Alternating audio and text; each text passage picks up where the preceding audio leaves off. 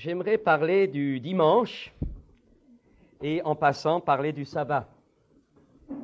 Parce que, après tout, pourquoi on se réunit le dimanche? Pourquoi pas le samedi?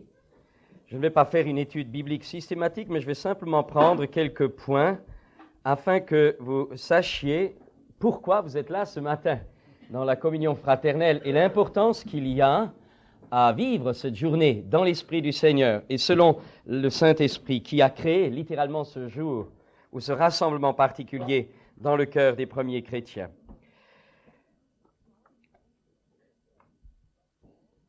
Le dimanche, je crois que je l'ai déjà dit, une fois le dimanche se trouve 52 fois dans l'année. Voyez, donc 52 fois dans l'année et dans la Bible, et nous allons voir aussi dans nos vies, dans la pensée de l'Esprit de Dieu, c'est un jour de joie. C'est le jour où les quatre évangiles mettent en évidence. C'est le jour où le tombeau a été découvert vide par les femmes.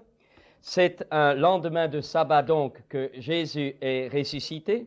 C'est aussi c'est à l'aube de ce jour-là que les femmes sont venues au tombeau et que l'ange leur a dit « Pourquoi cherchez-vous parmi les morts celui qui est vivant ?» C'est aussi dans l'après-midi que les deux disciples d'Emmaüs, toujours le lendemain de sabbat, le jour de la résurrection, que les deux disciples d'Emmaüs faisant route vers Emmaüs furent rejoints par le Seigneur ressuscité, qui leur expliqua, comme vous le savez, les Écritures. C'est au soir de ce même jour que Jésus, que le ressuscité, se présenta au milieu des disciples dans la chambre haute en leur disant « La paix soit avec vous ». Et c'est exactement une semaine plus tard encore que, donc, un nouveau premier jour de la semaine, que Jésus s'est présenté dans la chambre haute et qu'il a pu faire tomber les doutes de son fameux disciple Thomas, qui ne s'était pas trouvé là 8 jours auparavant. Vous avez également, dans les livres, dans la Bible, déjà au livre des Actes, vous avez au propos de la résurrection de Jésus, le premier jour de la semaine, ce jeune homme à Troas, qui tomba, vous savez, qui tomba là du deuxième étage et qui mourut et que Paul ressuscita. C'était aussi un premier jour de la semaine. Il y a également au moment où les Corinthiens, dans 1 Corinthiens 2, ou 1 Corinthiens 16 plutôt, pour ce qui concerne la collecte en faveur des saints, agissez vous aussi, comme je l'ai ordonné aux églises de la Galatie, que chacun de vous, le premier jour de la semaine, mette à part chez lui ce qu'il pourra, selon sa prospérité, afin qu'on n'attende pas mon arrivée pour recueillir les dons. C'était donc une offrande qui avait été faite pour Jérusalem, pour les pauvres à Jérusalem, et c'était donc le premier jour de la semaine, à l'occasion du rassemblement des chrétiens, qu'on a ramassé cette collecte. Donc là encore, vous retrouvez également le premier jour de la semaine dans le livre de l'Apocalypse, où Jean, il dira le jour du Seigneur, ou pour la première fois, le premier jour de la semaine, prend le nom de jour du Seigneur, le jour du Maître, où Jean a cette vision du culte parfait qui aura lieu dans le ciel, ou le culte que Dieu voudrait révéler lorsque nous sommes assemblés, voir Jésus dans la gloire, voir la seigneurie de Jésus dans le ciel. Le livre de l'Apocalypse, c'est la révélation de ce royaume à venir, mais aussi de cette réalité éternelle de la victoire du Christ. Nous savons, nous, par le livre de l'Apocalypse, que la victoire finale nous est acquise. Eh bien, c'est également ce premier jour, le jour du Seigneur, le jour du ressuscité, le jour où le Christ a triomphé de la mort, des puissances de la mort, de l'enfer. C'est le jour du Maître, le jour Dominus, c'est le Maître, le jour de celui qui a maîtrisé toutes choses. Dimanche, comme vous le rappelez le mot, dimanche, dies Dominicus, ou dies Dominica, le jour du Maître, le jour du Seigneur, c'est le jour du dominateur, le jour qui nous rappelle chaque semaine que Jésus est vainqueur, qu'il est ressuscité, qu'il est vainqueur, qu'il est vivant. Les textes historiques aussi, après le Nouveau Testament, je fais ça en introduction. Vous avez par exemple Ignace d'Antioche, le successeur direct des apôtres, qui écrit aux Magnésiens « Tous ceux qui vivaient sous l'ancien ordre de choses ont accédé à l'espérance nouvelle. Ils n'observent donc plus le sabbat, mais le dimanche, jour où l'astre de notre vie s'est levé, grâce au Seigneur. » Alors on va maintenant aller un petit peu plus loin, voir dans la pratique. Et je vous propose d'ouvrir vos Bibles dans l'Exode, dans le livre de l'Exode, au chapitre 31. Exode, chapitre 31, au verset 13. Exode 31, verset 13. Voyons, avant d'aborder le dimanche, clairement, voyons le sabbat. Exode 31, verset 13.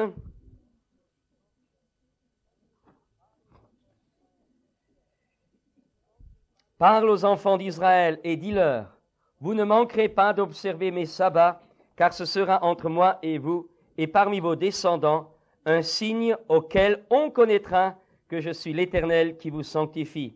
Vous observerez le sabbat, car il sera pour vous une chose sainte. Celui qui le profanera sera puni de mort. Celui qui fera quelque ouvrage ce jour-là sera retranché du milieu de son peuple. On travaillera 6 jours, mais le 7e jour est le sabbat, le jour du repos consacré à l'Éternel. Celui qui fera quelque ouvrage le jour du sabbat sera puni de mort. Les enfants d'Israël observeront le sabbat en le célébrant, eux et leurs descendants, comme une alliance perpétuelle. Ce sera entre moi et les enfants d'Israël un signe qui devra durer à perpétuité. Car en 6 jours, l'Éternel a fait les cieux et la terre, et le 7e jour, il a cessé son œuvre, et il s'est reposé. Ça, c'est le premier texte. Et puis dans Ézéchiel 20, Ézéchiel, chapitre 20, verset 22, Ézéchiel 20, on fera quand même un petit peu d'études, verset 22, nous lisons ceci, « Ils n'observèrent point et n'exécutèrent point mes ordonnances que l'homme doit mettre en pratique afin de vivre par elles, et ils profanèrent mes sabbats. » Exode 20, verset 12, pardon, je me suis trompé, verset 12, Ézéchiel 20, verset 12, « Je leur donnais aussi mes sabbats comme un signe entre moi et eux, pour qu'ils connaissent que je suis l'Éternel qui les sanctifie. » Une première chose, je n'ai pas le temps d'insister, mais je veux quand même dire que ce soit très clair, on pourra toujours voir après. Une première chose qu'il faut nous rappeler, c'est que le sabbat, la notion du sabbat a été donnée à Israël. C'est un signe particulier, c'est une volonté, une ordonnance précise, écrite noir sur blanc et écrite sur les tables de pierre de la part de Dieu pour la nation d'Israël. Il faut aussi que je vous dise à l'entrée que lorsque dans le livre de la Genèse, chapitre 2, il est écrit « Dieu se reposa le 7e jour », n'est pas un ordre ou une loi que Dieu a donnée à toutes les nations. Puisque je me suis reposé, vous allez maintenant observer le jour du sabbat. On ne trouve absolument aucune pratique du sabbat jusqu'à la loi de Moïse. C'est-à-dire que depuis Adam jusqu'à Moïse, il n'y a aucune pratique du sabbat.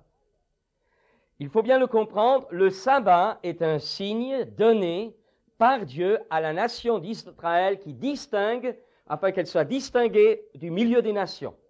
Ça, c'est le premier point. Dieu se reposa le 7e jour n'est pas une obligation de le faire, c'est simplement un aspect du récit, un jour de repos que Dieu a fait, mais Jésus dira plus tard, mon Père agit, j'agis, nous allons le voir. Ce qui est important, c'est que dès le départ, pour tous ceux qui sont un peu dans la confusion, c'est que vous sachiez que depuis Adam jusqu'à Moïse, il n'y a pas eu la pratique du sabbat. Et la pratique du sabbat a commencé lorsque Dieu a dit à Israël, je te le donne, un signe à toi entre toutes les nations. Ça, c'est le premier point. Deuxième point, qu'il faut bien comprendre, c'est que aux yeux de Dieu, nous avons entendu tout à l'heure, Christian a introduit la Sainte Seine avec cela, nous avons affaire avec une alliance nouvelle.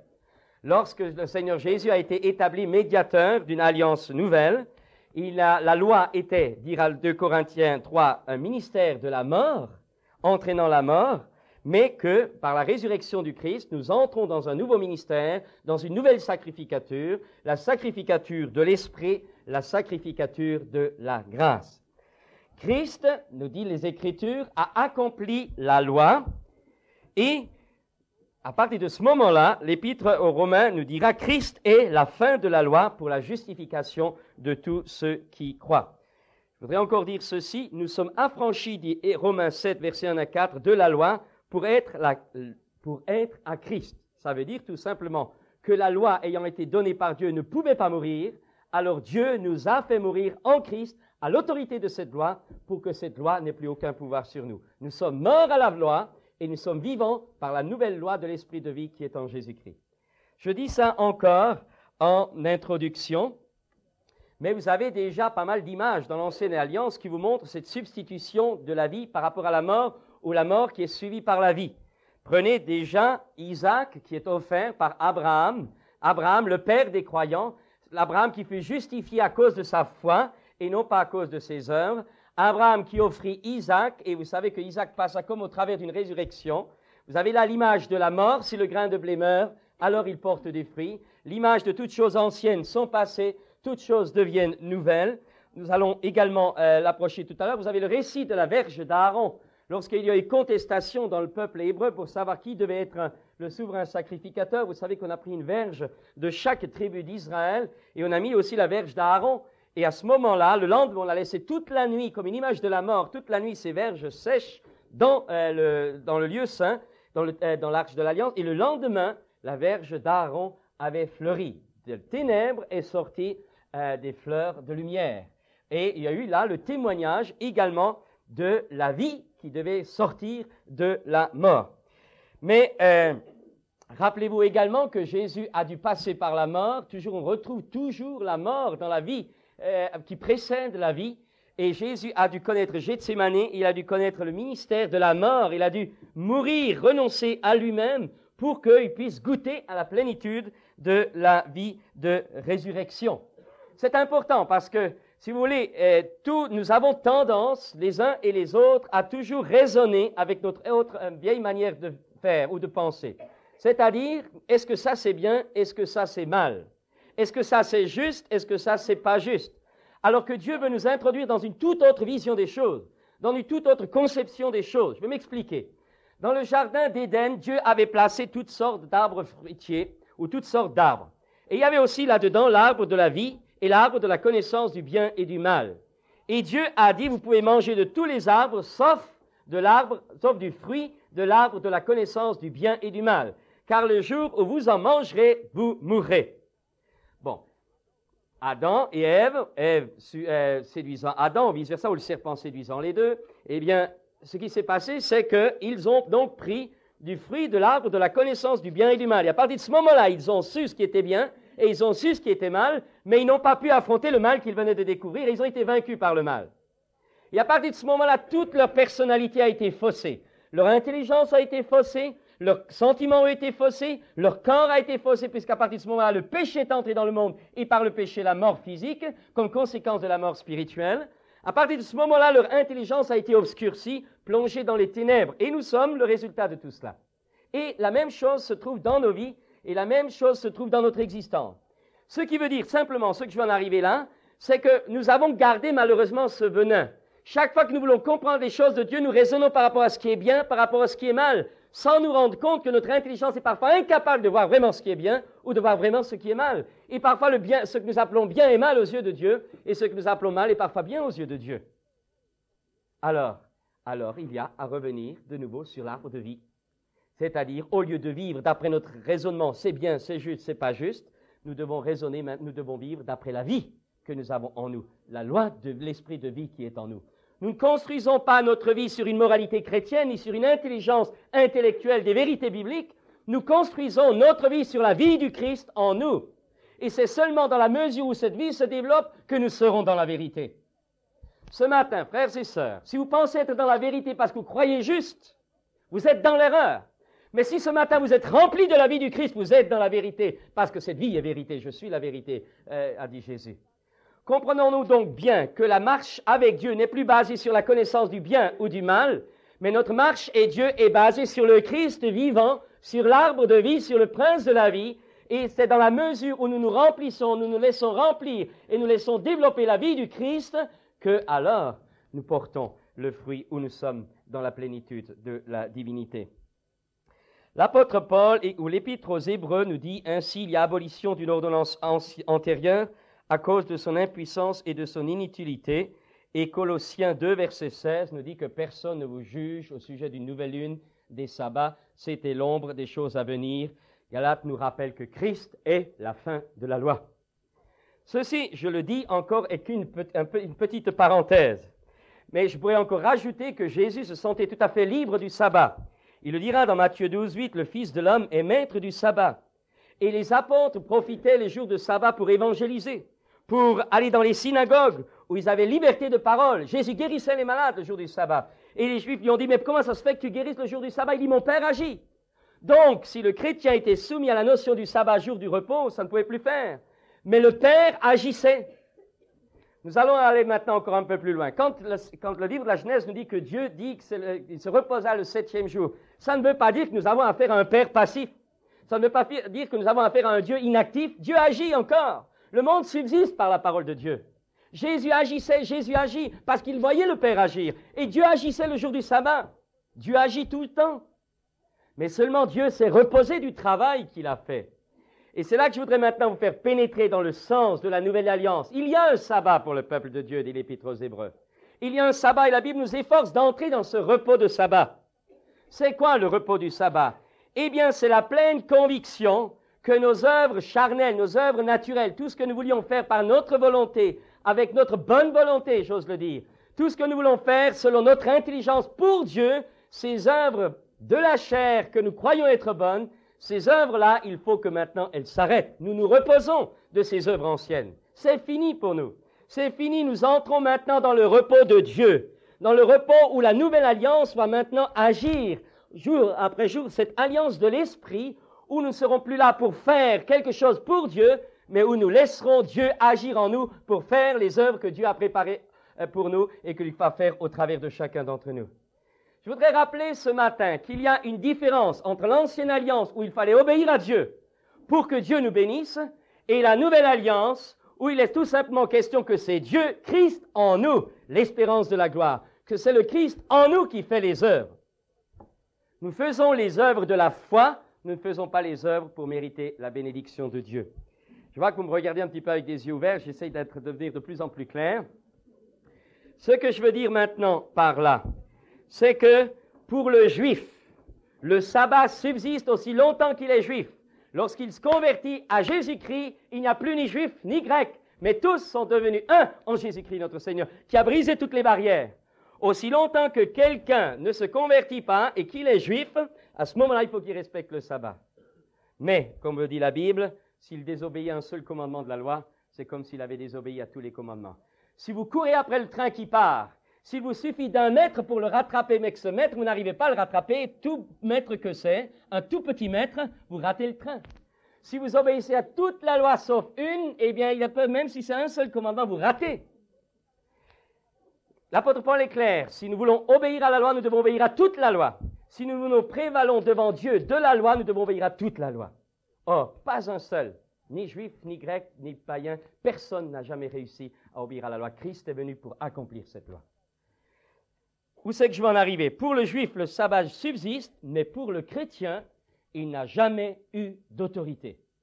Je répète, pour le juif, le sabbat subsiste, pour le chrétien, il n'a jamais eu d'autorité. Vous connaissez cette lettre que les apôtres d'Antioche, que le concile d'Antioche avait écrit pour Paul, pour les églises que Paul avait créées, où il est écrit dans Acte 15, « Il a paru bon au Saint-Esprit et à nous de ne vous imposer d'autres charges que ce qui est nécessaire, de s'abstenir du sang des animaux étouffés, de l'impudicité et de l'idolâtrie, choses contre lesquelles vous feriez bien de vous tenir en garde. » Et lorsqu'on vient maintenant nous demander de respecter le sabbat, on n'a pas demandé aux premiers chrétiens. Et c'est là que je veux dire la fragilité de nos chrétiens, qui dès qu'ils entendent une nouvelle doctrine, ils y plongent, parce qu'on a toujours envie de faire quelque chose pour Dieu, alors que notre justice aux yeux de Dieu est comme un vêtement souillé. Je voudrais rappeler ce matin que les seules choses indispensables aux yeux de Dieu, c'est de laisser l'arbre de vie porter pleinement son fruit en nous. C'est de laisser la vie du Saint-Esprit nous conduire. J'insiste énormément là-dessus, parce que vous allez voir que le dimanche est le produit de l'Esprit au travers du cœur, régénéré. Donc, pas question de sabbat, même en ce qui concerne les ordonnances que Dieu avait données au travers des apôtres lors de la rencontre d'Antioche, lorsqu'on discutait de savoir ce qu'il fallait imposer ou s'il fallait imposer la circoncision aux chrétiens du pays des gentils. Le dimanche, donc, appartient à la grâce. Le dimanche, je le rappelle encore, n'est pas, aux yeux de Dieu, le jour du repos. Le dimanche est le jour de la résurrection. Encore quelques points. C'est le dimanche, c'est un lendemain de sabbat que l'arche de Noé, qui préfigurait une nouvelle humanité, c'est un lendemain de sabbat que l'arche de Noé s'est posée sur le mont Ararat. C'est un lendemain, si vous voulez, c'est également c'est également, par exemple, en ce qui concerne la gerbe des prémices de la moisson. Vous savez que dans le Lévitique, au chapitre 23, verset 9, eh bien, on agitait les prémices de la moisson devant, on prenait les prémices de la moisson et on l'agitait devant le Seigneur. Cette fête de la moisson, cette fête des prémices, qui préfigurait les prémices par excellence, qui était la résurrection du Christ, cette fête des prémices a été offerte le lendemain, un lendemain de sabbat. Pas le sabbat, un lendemain de sabbat, c'est-à-dire un dimanche, c'est-à-dire le premier jour de la semaine. Arche de Noé, premier jour de la semaine. Fête de la prémisse, premier jour de la semaine. Prenez maintenant, après cette fête des prémices, prenez la semaine 50 jours après. Prenez par exemple la Pâque même, la Pâque, un lendemain de sabbat. Prenez également 50 jours après la fête, ce qu'on appelle la fête de la Pentecôte, où des pains étaient agités devant deux pains, étaient agités du pain avec du levain, étaient agités, ce pain représentait les Juifs et les païens, étaient agités devant l'Éternel. C'était également, cette fête de la Pentecôte était également un premier dimanche de la semaine, un lendemain de sabbat. Et je voudrais vous rappeler qu'entre-temps, donc, la nouvelle alliance ou la nouvelle humanité en Christ vient, la résurrection du Christ, je le rappelle, a lieu un lendemain de sabbat, un dimanche, et la Pentecôte, l'effusion du Saint-Esprit, le jour où les disciples sont rassemblés dans la chambre haute, ne vient pas un jour de sabbat, vient le dimanche, le premier jour de la semaine, c'est le jour de l'Esprit. Cela, nous devons vraiment le réaliser. Nous devons vraiment aussi, j'allais dire, le comprendre, mais dans notre cœur déjà. Et alors, qu'est-ce qui se passe?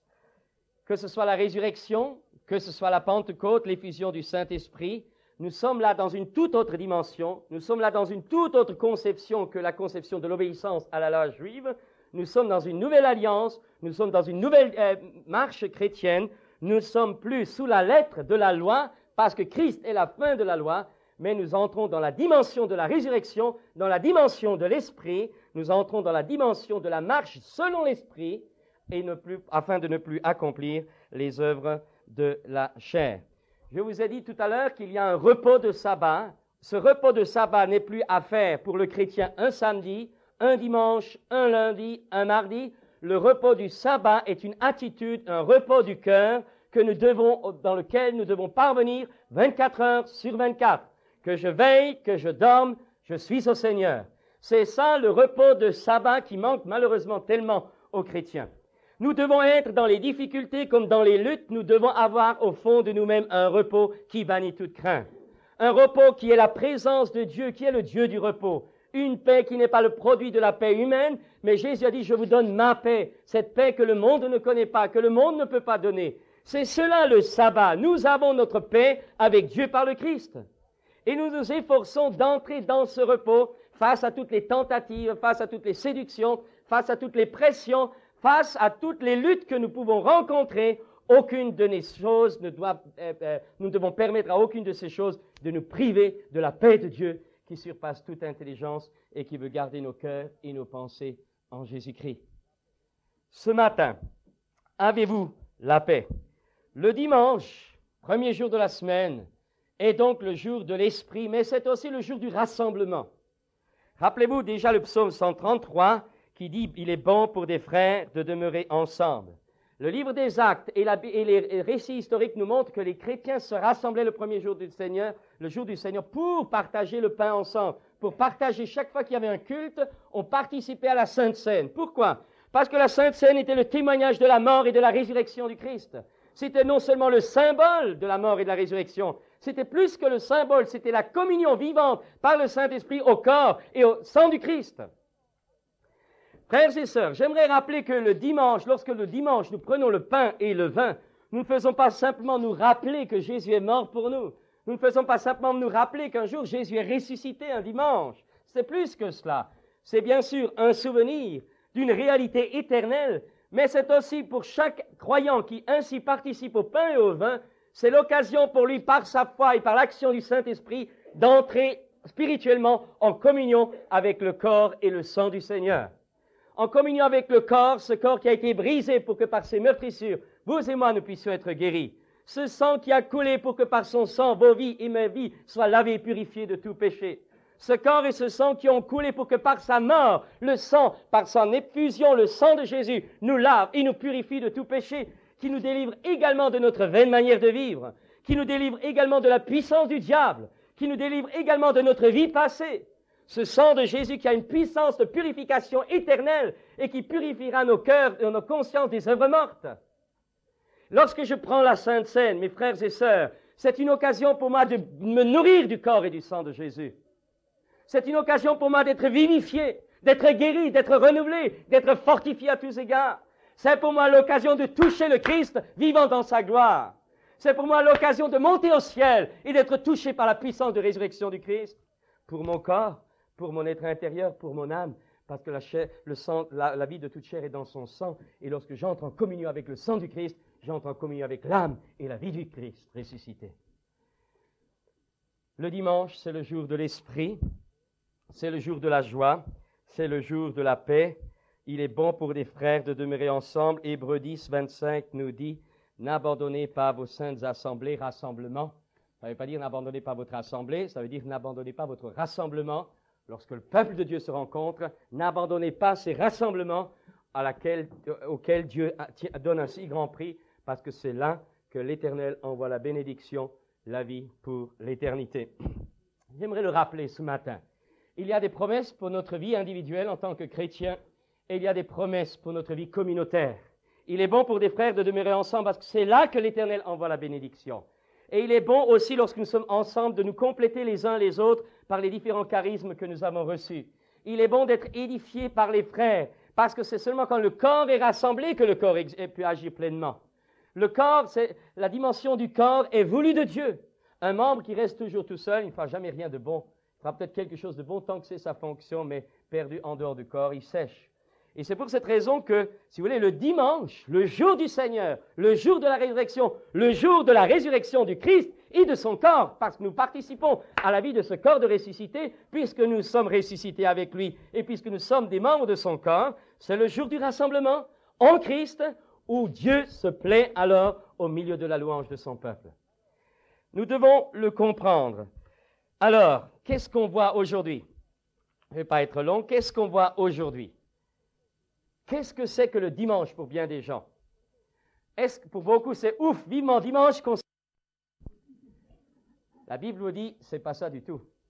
Si pour vous le dimanche c'est ça, il y a quelque chose à réformer dans votre façon de voir. Le dimanche n'est pas la fin de la semaine, le dimanche c'est le premier jour de la semaine, le jour du Maître, le jour du Seigneur, le jour de l'Esprit, le jour où là, devant Dieu, dans la communion fraternelle, et dans mon intimité avec Dieu, c'est un jour de fête, c'est un jour d'adoration, c'est un jour où je suis sous l'onction de l'Esprit particulièrement, où je suis là devant Dieu, où je me ressource, où je me fortifie, où en un mot, je marche dans la vie plénitude de l'Esprit communautairement parlant. C'est le jour du culte, c'est le jour de la communion fraternelle, c'est le jour de la complémentarité mutuelle, c'est peut-être le jour du pardon aussi, parce que je participe au même pain que les autres, c'est le jour de la réconciliation, c'est le jour peut-être de la guérison, de la restauration. C'est aussi le jour du témoignage quand il est là. C'est le jour du Seigneur. Et c'est ce jour-là qui est pour moi le premier jour de la semaine. C'est le jour où je me nourris, c'est le jour où je me fortifie, c'est le jour où je me prépare pour les jours qui viennent. Je ne me repose pas le dimanche tel qu'on le conçoit par rapport au sabbat, mais le jour du Seigneur, je me nourris de la communion avec le Seigneur, je me nourris de la communion avec mes frères et sœurs, je me nourris de ma marche devant Dieu dans l'onction du Saint-Esprit, parce que lorsque nous nous rassemblons, Dieu nous donne rendez-vous, c'est la communion des saints, c'est la communion avec les anges, c'est la communion avec la nuée des anges, c'est la communion avec l'onction du Saint-Esprit sur nous tous, pas seulement individuellement, mais sur nous tous. C'est le baptême communautaire du Saint-Esprit, c'est l'onction communautaire, c'est la nuée sur le peuple. Et le faible alors peut bénéficier de la force des forts. Et le fort peut alors donner la force au faible. L'onction qui est sur lui va se répandre sur les autres et nous sommes tous alors arrosés. C'est le jour de l'Esprit. Or, qu'est-ce qu'on voit souvent? Souvent, eh bien, on voit que pour ceux que le dimanche est devenu une tradition ou un jour de repos, ils ont perdu cette vision de la solidité, de la flamme de l'onction du Saint-Esprit pour le jour du dimanche. Alors, bien sûr, on va peut-être se promener, je ne sais pas, on va faire toutes sortes de choses. Je ne suis pas contre les promenades, mais je crois qu'il ne faut pas les faire hors de temps et quand cela n'est pas l'heure de Dieu. Donc, vous assistez, le dimanche est souvent une rupture de la famille. Alors que la vision de Dieu, c'est que toute la famille, père, mère, femme, enfant, mari, enfant, se retrouvent devant Dieu.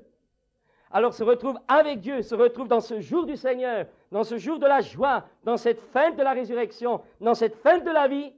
On voit les uns ici, on voit les autres là. C'est la destruction familiale.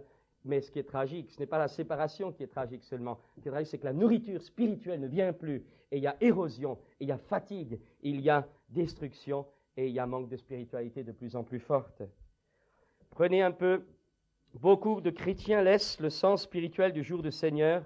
Ils partent, se dispersent, travaillent même si ce n'est pas nécessaire, ou quand ce n'est pas nécessaire, ou parce qu'ils veulent gagner plus d'argent.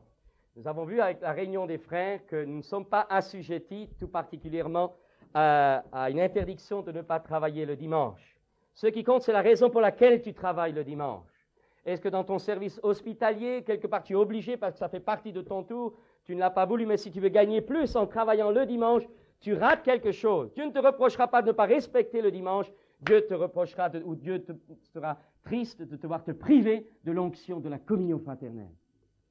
Qu'on ne vous juge pas pour une question de jour, mais ne vous privez pas de la bénédiction de Dieu que Dieu tout particulièrement donne le jour de la résurrection, le jour de l'effusion du Saint-Esprit, le jour de la communion, le jour où le Seigneur parle au milieu de son peuple, où il guérit, où il renouvelle, où il fortifie, où il donne la vie à ceux qui en ont besoin. Parce que justement on n'a pas compris l'importance et la puissance de cette journée de la résurrection, où au lieu de passer peut-être bien du temps dans des loisirs qui finalement ne nourrissent pas, si nous cherchons la face de Dieu, si nous sommes à l'écoute de Dieu, à l'écoute des autres, si ce jour est vraiment le jour du Seigneur dans nos vies et les uns envers les autres, mes frères et sœurs, il va toujours se passer quelque chose au milieu de cette communion fraternelle parce que c'est là que l'Éternel envoie la bénédiction, la vie pour l'éternité. Vous savez, on a parlé du sabbat pour les Juifs. Vous savez ce qui a tenu l'ossature juive au travers des persécutions? Les Juifs ont connu toutes sortes de persécutions, même par les chrétiens. Ils en ont, on peut le dire, bavé. Mais qu'est-ce qui les a tenus? On a dit que le sabbat, finalement, n'était pas... que le sabbat a gardé le peuple juif dans son entité.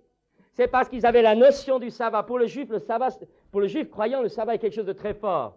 Le vendredi soir, la mère allume les bougies, nettoyer sa maison de tout levain. Elle fait la prière introductive. C'est les bougies qui sont là et ensuite c'est un repas de fête le soir du sabbat. C'est un repas de fête, une joie qui est là. Et les enfants tout petits sont marqués par cela, tout petits sont marqués. Maintenant, le dimanche, c'est égal. On va au ski, on va à ceci, on va à cela. Que voient nos enfants? De quoi sont imprégnés nos enfants? De quoi sont imprégnés les enfants? De quelle vision gardent-ils du dimanche?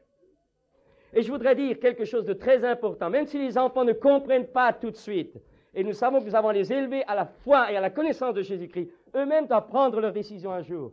Il faut que les enfants bercent dans une atmosphère spirituelle très forte.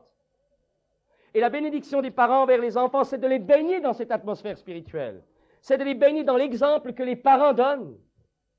Et on n'a jamais vu des enfants mal finir lorsque les parents vivaient cette atmosphère spirituelle. Frères et sœurs, j'aimerais rappeler ce matin que l'influence de l'Église, l'impact de l'Église est tué dans le monde, l'impact de l'Église est tué dans les familles, l'impact de l'Église est souvent tué dans la vie, tout simplement parce qu'on ne fait pas assez attention à l'importance de ce jour de l'Esprit, de ce jour du Seigneur, de ce jour de la Sainte Seine, mais aussi de ce jour de la bénédiction de Dieu. Et puis, vous savez, si on néglige, le dimanche tue également la vie spirituelle de ceux qui le négligent, de celles qui le négligent. On rend compte que quelqu'un qui commence à négliger le dimanche, quelqu'un qui ne réalise plus la valeur du dimanche, il s'étiole, il ne s'en rend pas compte, il s'étiole. Il s'étiole, il n'y a plus cette abondance, il n'y a plus ce secours des autres au moment où il en a besoin.